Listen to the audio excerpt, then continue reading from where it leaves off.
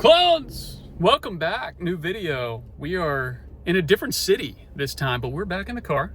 So we are going to do a quick video. I might have been able to fit this into a 2-minute short, but I figured, what the heck, why not throw something really quick together, as we have been waiting on the Pokemon Center to drop Chaos Rising for the past 3 days. Now, of course, yesterday in Japan at one of the Pokemon Center locations, there was a terrible event that happened. I don't want to get TOS'd and get in trouble for mentioning the specifics, but there was a horrible event that happened at one of the Pokemon centers in Japan, and they had to close it down, and emergency services were called, and unfortunately a few people lost their lives, which is absolutely horrible.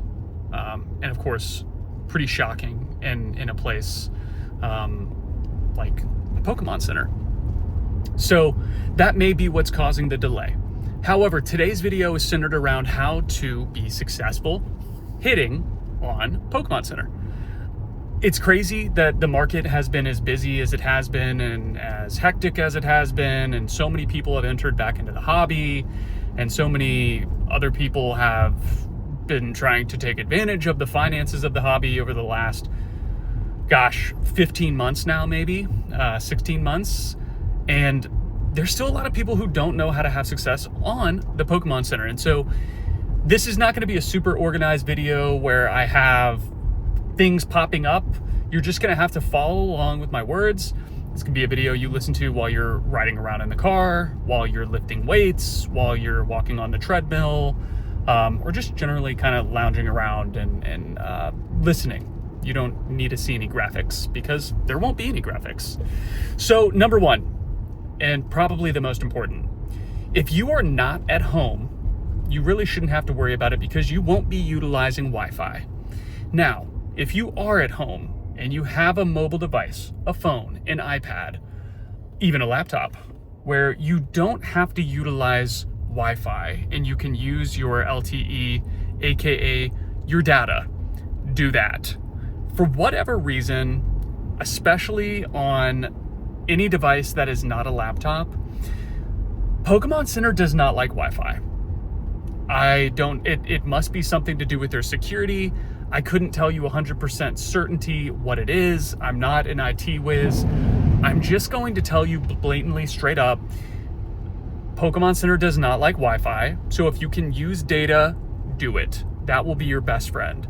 If you run into a situation where you were utilizing your Wi-Fi when you got home and you want to make sure that you're off of it and you're on the Pokemon Center website or you're in queue, you're gonna end up probably getting re-queued if you connected to your Wi-Fi when you previously were not.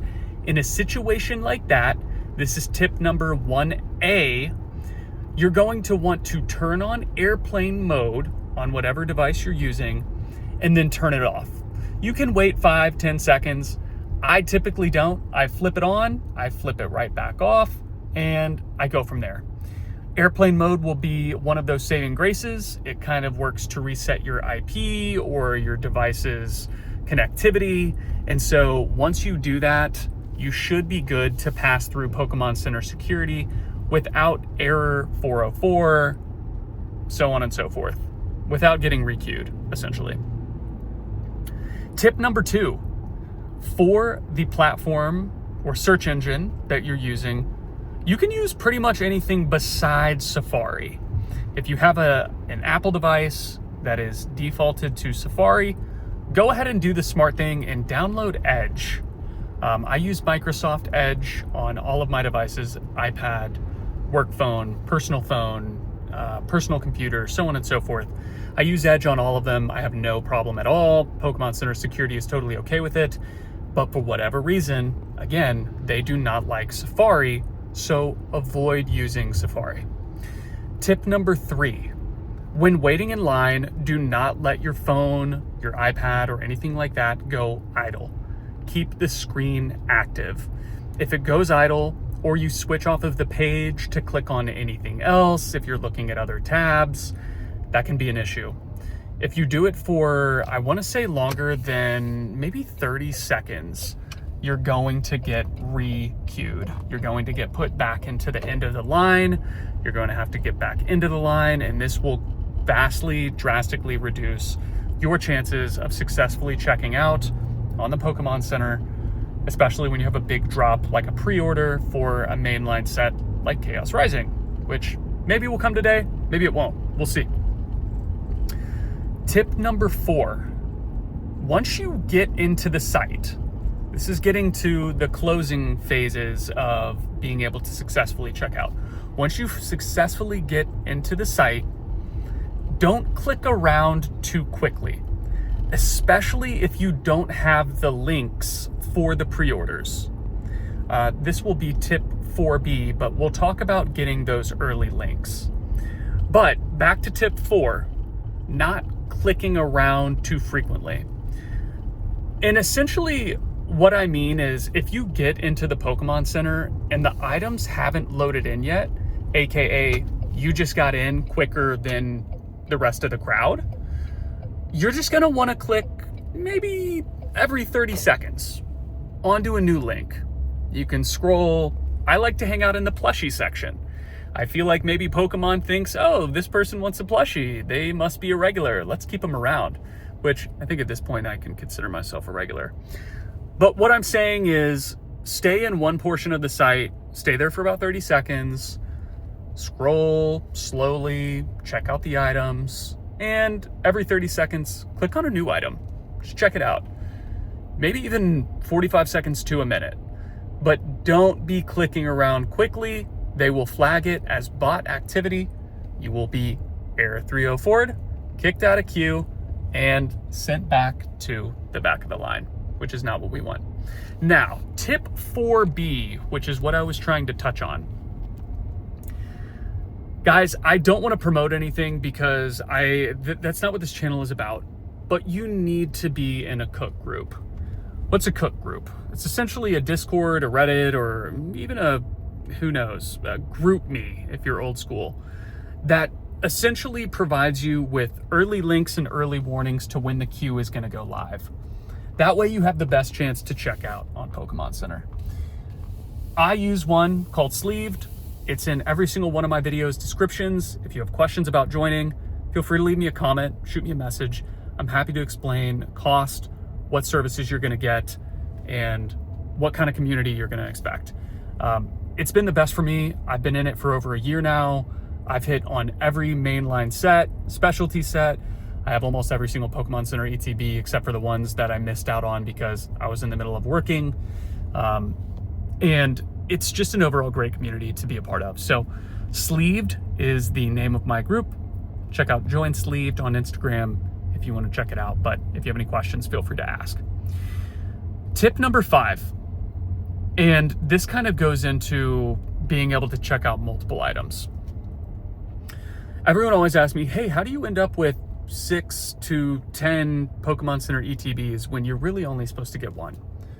Well, number 1 is you need to have a unique address. And for the unique address, essentially, you can either try to add some characters to your address. So put in your normal address and then add House 4 or Apartment 2 or Unit 3. Any one of these things. That can help you with, essentially quote unquote tricking the back-end system of Pokemon Center into thinking these are all different unique addresses. If you have someone in your close vicinity, in your city, maybe it's a family member, a close friend, or even a PO box, you can use those at checkout, and that is totally fine. What you're going to need though is a unique device. You more than likely won't be able to check out twice on the same device, phone, iPad, whatever you're using. So if you have multiple devices, that's going to help you check out twice.